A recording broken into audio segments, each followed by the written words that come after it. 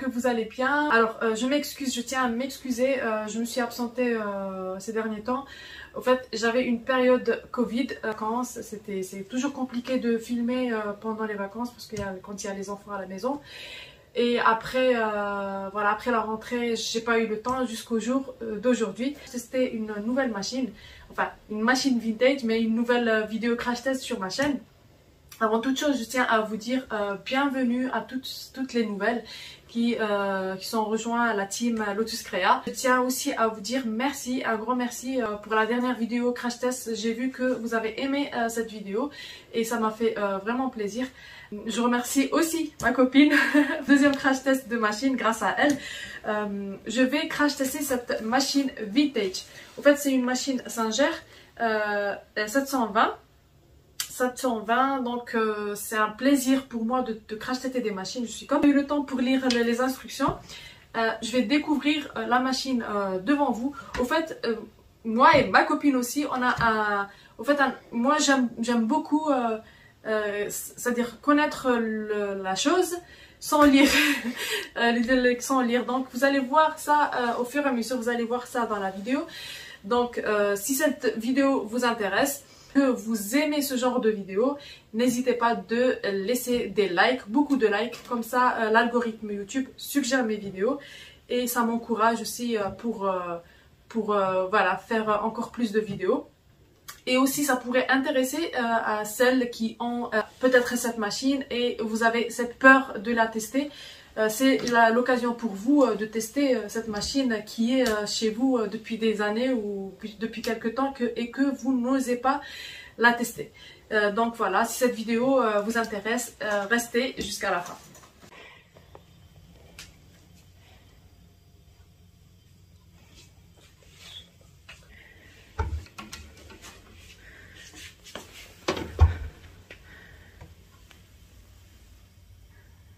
Le trésor.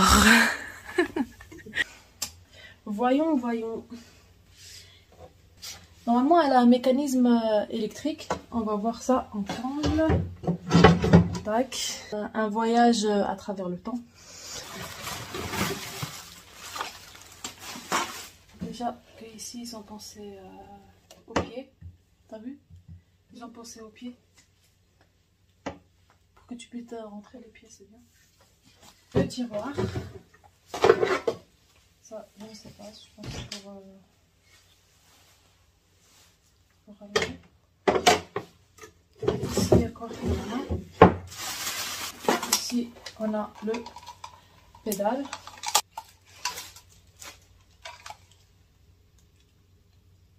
Made in France. Il n'y a plus des machines qui sont made in France maintenant. Maintenant c'est soit made in. Alors rien en boîtier. Avec les accessoires. Tac. Tac. On va voir ça après. Et le. C'est-à-dire ça marche comment pour activer là? Tu la montes. Oui mais comment? T'as vu la... Alors, finalement, non, c'est pas un mécanisme électrique. Je pensais que c'était un mécanisme électrique. En fait, pour monter la machine, il faut appuyer. Tac, tada, comme par magie. Ce qui est bien, en fait, c'est qu'on peut... Ouais, c'est trop bien. C'est qu'on peut régler la hauteur. C'est-à-dire, si on veut travailler avec un grand plan de travail, juste, tac, voilà. On peut l'utiliser comme ça. Voilà, super. Et là, je comprends l'utilité de cette pièce. Elle se met ici. Ah, ouais, c'est bon, j'ai compris. Voilà. Oh là là. Comme ça, pour faire la broderie et tout, on est plus à l'aise. Et pour faire les pantalons, tac, les manchettes. Voilà. Génial. Le pédale. Le bouton pour allumer. Éteindre. Éteindre. Éteindre. Bon voilà. Donc maintenant, qu'est-ce qu'on va faire? Je vais chercher une chaise. On regarde les boutons qui sont devant nous. Donc ici, on a dit que c'était le bouton marche-arrêt. Là, c'est le bouton, la longueur du point. La longueur du point. Ici, c'est pour le marche-arrière. Regarde là. Là. Tu vois, tu arrives à voir la largeur du point zigzag. Alors ici, c'est la position de l'aiguille. Aiguille tout à gauche. Attends, je fais comme ça. Tac. Aiguille à gauche. Milieu. Donc, j'ai mis une aiguille à gauche, au milieu, à droite. Et ici, c'est la largeur du point. Voilà. Pour le point droit, il faut toujours la laisser, au milieu et le point 0. Donc, alors plus on va vers 1, 2, plus on va vers le 5 et plus la largeur du point, elle est large, c'est-à-dire 5 mm. Et là, ici, c'est pour le point à boutonnière. Alors, ici, on voit qu'il y a les points, tous les points qu'il y a. Alors, pour passer les points, il faut appuyer. Tac, tac, tac. Ici, c'est le point droit. Point zigzag. Point fantaisie. Un deuxième point fantaisie. Ça, c'est le point pour les ourlets. Point invisible. Voilà. Celui-là pour faire les élastiques et celui-là aussi. Celui-là pour coudre les élastiques, celui-là aussi. Et ça, c'est quoi? Alors, qu'est-ce que c'est? Ça, par contre, je ne sais pas encore. Je vais essayer de voir après. Ici, c'est le porte-bobine. Ici, c'est forcément pour passer le fil. Et quand on ouvre, le petit schéma pour expliquer l'enfilage de l'aiguille. Et là, chose qui nous a un peu... Voilà, il y a plusieurs boutons. C'est-à-dire qu'on était un peu surpris. Il y a plusieurs... alors, on a lu un petit peu. Ça s'appelle des cams pour boutonnière. Il y a deux styles de boutonnière. Voilà. La boîte au trésor. La boîte au trésor. Tada! Il y a tellement de choses que... oh là là. Donc là, il y a plein de canettes. La chose qu'on peut reconnaître tout de suite. Donc, des canettes. Je les mets du côté. Alors ici, on trouve plusieurs tablettes d'aiguilles.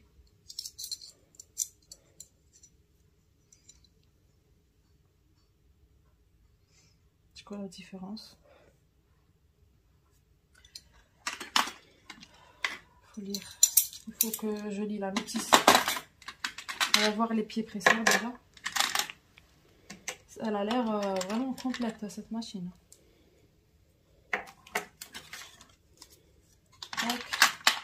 Oh, un pied presseur.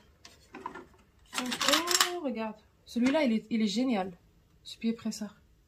Pour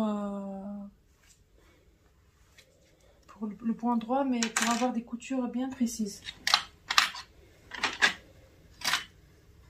Alors, ça c'est quoi? On verra après. Il y a plein de choses. Et puis un pied presseur aussi, celui-là, je pense, c'est pour la broderie. La broderie. Ouais.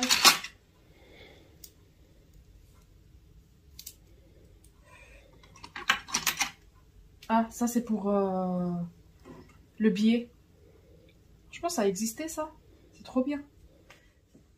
Pied presseur pour le billet. Ouais. Voilà. Tac. Voilà.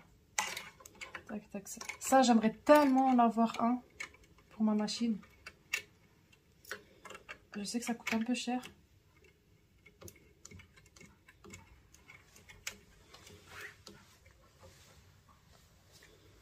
En fait, on fait passer le biais là, et après ici. Et après, c'est là, sous l'aiguille.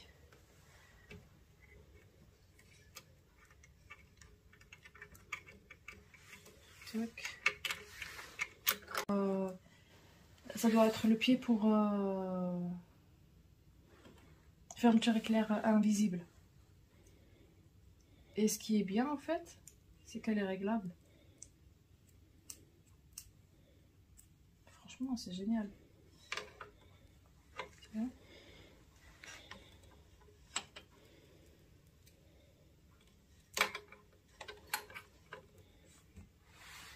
Ouais, ça c'est pour le pied invisible. Plutôt la fermeture éclair invisible. Ça doit être le pied pour les boutons. C'est sûr. Ça c'est le pied pour les boutons. Et puis le pied pour le zigzag, normalement. Ou le pied normal. Celui-là c'est pour les petits ourlets, pour les foulards et tout. Un relouté, mais c'est pas comme pour les foulards. Je pense que celui-là aussi c'est pour le pied, pour les boutons aussi. Celui-là on n'avait pas compris c'était pourquoi. Au fait c'est pour délimiter c'est-à-dire à quelle distance on veut coudre c'est pour délimiter les... C'est bien, je trouve que c'est génial. Voilà. À 1 cm, 2, 1,5 pour avoir une couture précise et bien droite. Pour avoir une couture bien droite. Alors, celui-là, c'est pour faire les coutures, les piqûres en rond. Oui, alors, ce pied presseur, un pied presseur universel. Le pied presseur pour point droit. On va mettre celui-là pour essayer, pour faire le test. Hein, le pied presseur universel. Comme ça, on peut tester le point droit et en même temps tester le point zigzag. Voilà.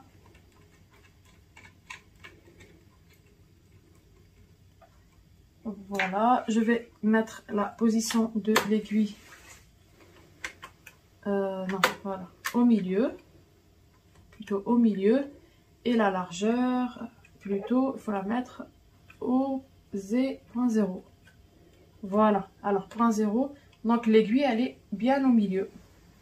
On va essayer de enfiler la machine parce que moi, surtout le but, c'est de la tester. J'ai regardé à peu près l'utilité de tous les points presseurs. J'ai compris l'utilité. Donc là, je vais mettre en route la machine pour la tester réellement. Donc, voilà, tac. Tac. Ça, on va faire après. Ici, on a vu qu'il y a plusieurs, comme ça. Au fait, finalement, elle fait pas que seulement ces points fantaisie. Elle a plusieurs points fantaisie, comme celui-là pour le surjet. Celui-là, un point fantaisie bien joli. Celui-là aussi. Tac. Après, il faut que je regarde celui-là aussi. Voilà. Ça, on a déjà vu. Alors, il y a celui-là aussi. Celui-là, il est joli pour faire les motifs orientaux. Voilà. On va essayer déjà d'enfiler la canette. Pour la canette, il y a un côté qui est plus petit que l'autre. Regardez pour l'enfilage de la canette et après j'ai vu que l'utilité des plaquettes. En fait, il y a 1, 2, 3, 4 plaquettes, des plaquettes à aiguille. Alors la première plaquette numéro 1, c'est une plaquette universelle. C'est indiqué où? Le numéro. Il faut voir avec le schéma. Alors, celle-là, c'est l'universel. On est d'accord. Celle-là, la deuxième plaquette à aiguille, point droit. Avec le pied presseur spécial. Son point avec le pied presseur point droit. Oh, il faut à chaque fois changer d'aiguille, de plaquette. Voilà, c'est un peu... C'est trop, hein. Donc, là, on voit bien comment ça a évolué. Beaucoup. Là maintenant c'est électronique, il faut juste sélectionner les points et tout part. Mais j'imagine que à cette époque là où elle a été sur le marché, c'était voilà, c'est une luxe. Bref, et celle-là la plaquette c'est pour La plaque couvre griffe.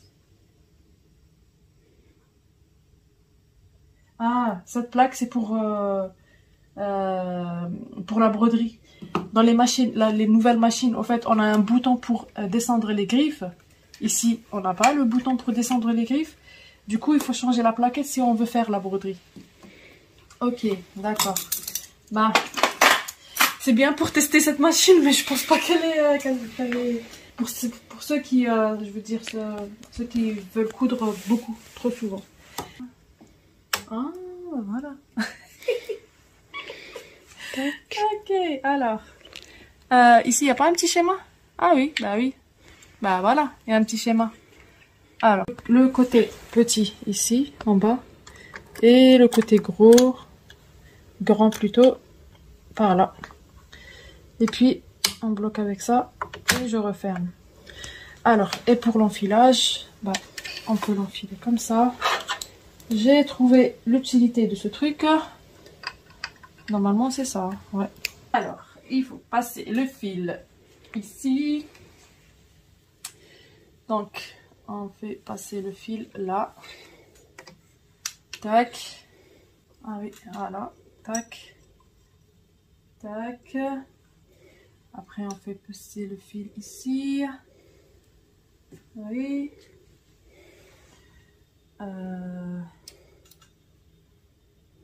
Ouais, voilà. On repasse là. Ah, on va rentrer ici encore. Tac.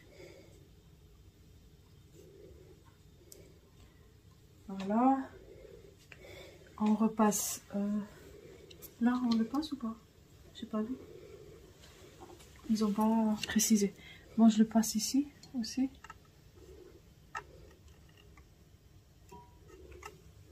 Faut mettre ici. Tac. Tac. Voilà. Et après. Voilà. Et après, dans le chat de l'aiguille. Voilà. Allez, on va tester le moment.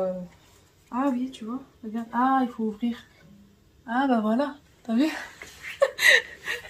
On découvre des choses. Alors, en fait, pour l'enfil aiguille, il faut ouvrir. Tac. Et l'enfil aiguille était là. Et ben voilà. L'enfil aiguille est juste ici. Elle avait même l'enfil aiguille, c'est trop bien. Ah.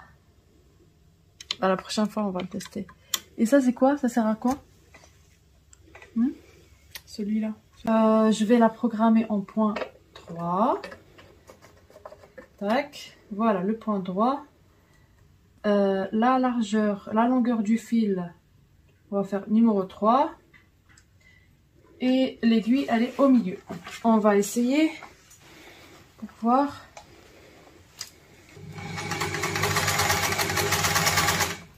Génial, viens voir. Approche-toi, regarde.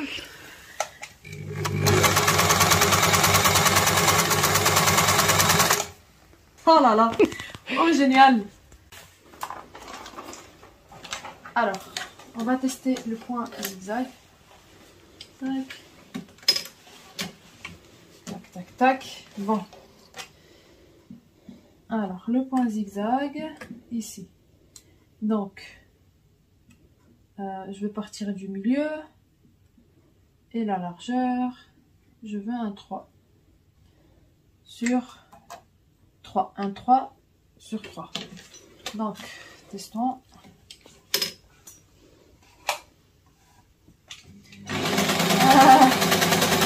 Attends, on va encore rajouter de la largeur. Non. Milieu, rajouter de la largeur. Tellement. On va serrer. Hygiène. Elle est bien. Bah oui, elle fait le point zigzag. Voilà, on a testé le point droit, le point zigzag, à peu près. En fait, l'expérience de le but de cette vidéo, c'est de vivre une expérience à travers le temps. et de tester des machines anciennes, très anciennes, vintage. Moi, je savais d'avance que voilà, c'était pas la même technologie que maintenant, c'était plus compliqué et tout. Mais franchement, je suis très contente d'avoir essayé et testé cette machine. Voilà, pour les passionnés et celles qui sont passionnées de couture et tout, ou que vous avez une chez vous comme ça et que vous avez peur de l'utiliser, bah voilà, n'ayez pas peur et testez cette machine, elle est géniale. Moi, c'est une très belle expérience et cette expérience, je l'ai vécue encore une fois, grâce à ma copine Pérouse qui tient le portable, qui filme, c'est elle qui m'a aidé pour réaliser cette vidéo. Et c'est grâce à elle aussi qu'on m'a prêté la machine. Donc, et c'est moi aussi la première qui a, c'est même pas Pérouse qui l'a touché, c'est moi aussi qui l'a essayé la première, avec vous en live. Donc voilà, j'espère que cette vidéo vous aura plu. En tout cas, il y a plein de belles choses sur cette machine. La table, elle est géniale. Ils ont pensé à plein de choses qui sont pratiques. C'est-à-dire, voilà, on peut ranger la machine. On peut, voilà, on peut la transformer en petit meuble pour l'utiliser, c'est-à-dire pour, voilà, pour la vie de tous les jours. Et si on veut coudre, eh ben, on sort la machine et on s'éclate. Donc voilà, j'ai fait une petite expérience, elle est géniale, un crash test devant vous, elle est géniale, franchement, pour l'avoir testé. Je vous dis, j'espère que cette vidéo vous aura plu. N'hésitez pas de liker, de laisser des likes et de partager, pourquoi pas, on sait jamais, et de me laisser beaucoup de commentaires, beaucoup de likes, comme ça l'algorithme YouTube suggère mes vidéos. Sur ce, je vous dis, prenez soin de vous et je vous dis peut-être sur d'autres tests vidéo, d'autres machines et voilà. Vous voyez bien que j'aime beaucoup tester des machines, c'est quelque chose que j'aime beaucoup. Donc voilà. Donc allez, je vous dis, prenez soin de vous et à une prochaine vidéo, Inch'Allah. Salut.